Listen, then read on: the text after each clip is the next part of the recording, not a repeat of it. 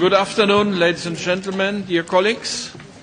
We can start now our hearing. Wir haben alle Sprachen der Kollegen verfügbar, sodass jeder in seiner Muttersprache reden kann. Es wird übersetzt. Bienvenue à tous, rapprochez-vous. Merci d'être venus nombreux à ce lobby tour spécial taxe. Alors, ce lobby tour est organisé à l'initiative de différentes organisations, dont Peuple Solidaire, ActionAid France ici présent, ATTAC également ici présent et organisateur de l'événement. Et nous nous sommes associés pour l'occasion à Observatoire des multinationales et à CEO qui a l'habitude d'organiser des lobby tours. T'as été au Cameroun? On va photographier le... Est-ce que vous voulez des panneaux? Allez-y, super. Ich möchte jetzt eröffnen mit dem französischen Ausblick und darf nochmals die Sprecher begrüßen. Wir haben Patrick Suet, Chairman of Société Générale, Luxembourg. Dann habe ich auf meiner Liste Sylvie David-Chinon, Global Head of IFS Compliance, BNP Paribas. Monsieur le Président, Mesdames, Messieurs les députés, vous avez invité BNP Paribas à s'exprimer ici sur les questions liées à la lutte contre le blanchiment d'argent et l'évasion fiscale internationale dans le cadre des révélations dites Panama Papers. Je vous remercie de nous donner ainsi l'occasion de vous informer de la position et de l'action de BNP Paribas sur ce sujet central qu'est la lutte contre l'évasion fiscale et le rôle que doivent jouer les banques dans ce domaine. BNP Paribas, juste quelques mots quand même, 2,4 milliards ont été planqués dans les paradis fiscaux sur un total donc de près de 7 milliards de profits cette année-là. Donc c'est la banque française, c'est même l'acteur français qui est le champion de toute catégorie de l'évasion fiscale.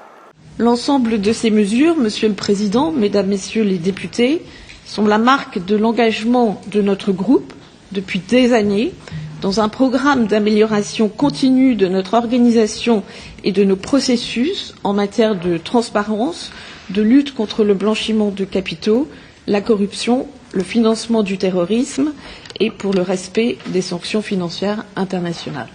Je vous remercie pour votre attention. Savez-vous quelle est la proportion des profits de BNP Paribas qui est planquée dans les paradis fiscaux? 5, 10, 15, 20, 30%, 40%? Ah, 35, la moitié. Nunmehr Herrn Patrick Suet als erstem das Wort geben. Bitte schön, Herr Suet. Je reviendrai plus tard, si vous le souhaitez, pour ne pas prolonger mon introduction, sur nos pratiques en matière de contrôle de la situation de la conformité fiscale de nos clients. Le point important, c'est que dès 2009-2010, le groupe a mis en place un code de conduite fiscale qu'il a appliqué dans l'ensemble du groupe. Ceci a conduit sur la banque privée à mettre en place des dispositifs. Nous assurons que nos clients avaient conscience des risques fiscaux qu'ils prenaient. Donc, pour petit rappel, les Panama Papers sont ce scandale qui a éclaté il y a un an et qui est un des plus gros scandales de l'histoire de l'évasion fiscale.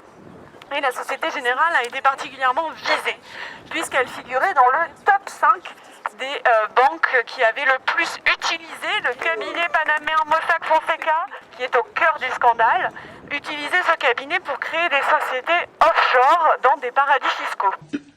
J'ai un certain nombre de questions très précises à M. Patrick Suet. D'abord, quand avez-vous commencé à travailler avec Mossack Fonseca?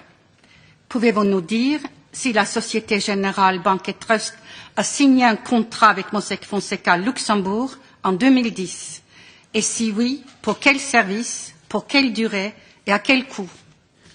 La relation avec le Mossack Fonseca était très ancienne. Je ne veux pas la date d'origine, mais d'ailleurs, les Panama Papers font état d'un nombre de sociétés. Nous avons retrouvé des sociétés remontant aux années 90. Donc, Êtes-vous toujours en relation avec Mossack Fonseca ou avec un autre pourvoyeur de services offshore? Je confirme qu'il n'y a plus de relation avec Mossack Fonseca, que l'ensemble a été résilié, ou pour ce qui est en cours de juridique, j'ai dit tout à l'heure les chiffres de nombre de sociétés pour lesquelles il y avait une fin de procédure en cours. Donc ceci est très clair, bien entendu, s'agissant de Société Générale. Ce qu'il faut savoir également, c'est qu'au moment du scandale des Panama Papers, le directeur, enfin PDG de la Société Générale, Frédéric Oudéa, a failli être très clairement embêté puisqu'il avait déclaré devant le Sénat en 2012 qu'il n'y avait plus d'activité dans les paradis fiscaux, ni au Panama, ni dans un autre territoire non coopératif. En 2010, nous avons pris une position extrêmement claire, pas d'implantation dans les pays considérés comme territoires non coopératifs. Et là, le groupe Société Générale étant un groupe français, applique évidemment, les normes de l'OCDE, mais la liste des territoires non coopératifs de l'OCDE est extrêmement courte. Deuxièmement, la règle française, puisque c'est celle qui existe. Alors, est-ce que vous savez quels sont les pays qui sont présents sur la liste française des paradis fiscaux? Non, mais elle est difficile cette question en vrai, parce que personne n'est capable de les citer, même moi j'ai toujours besoin de ma fiche.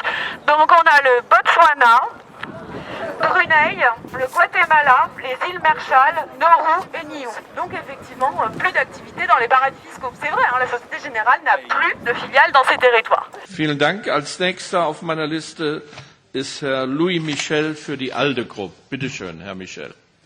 Est-ce que la Société Générale, M. Suet, a, selon vous, par le passé, commis des infractions, consciemment ou inconsciemment?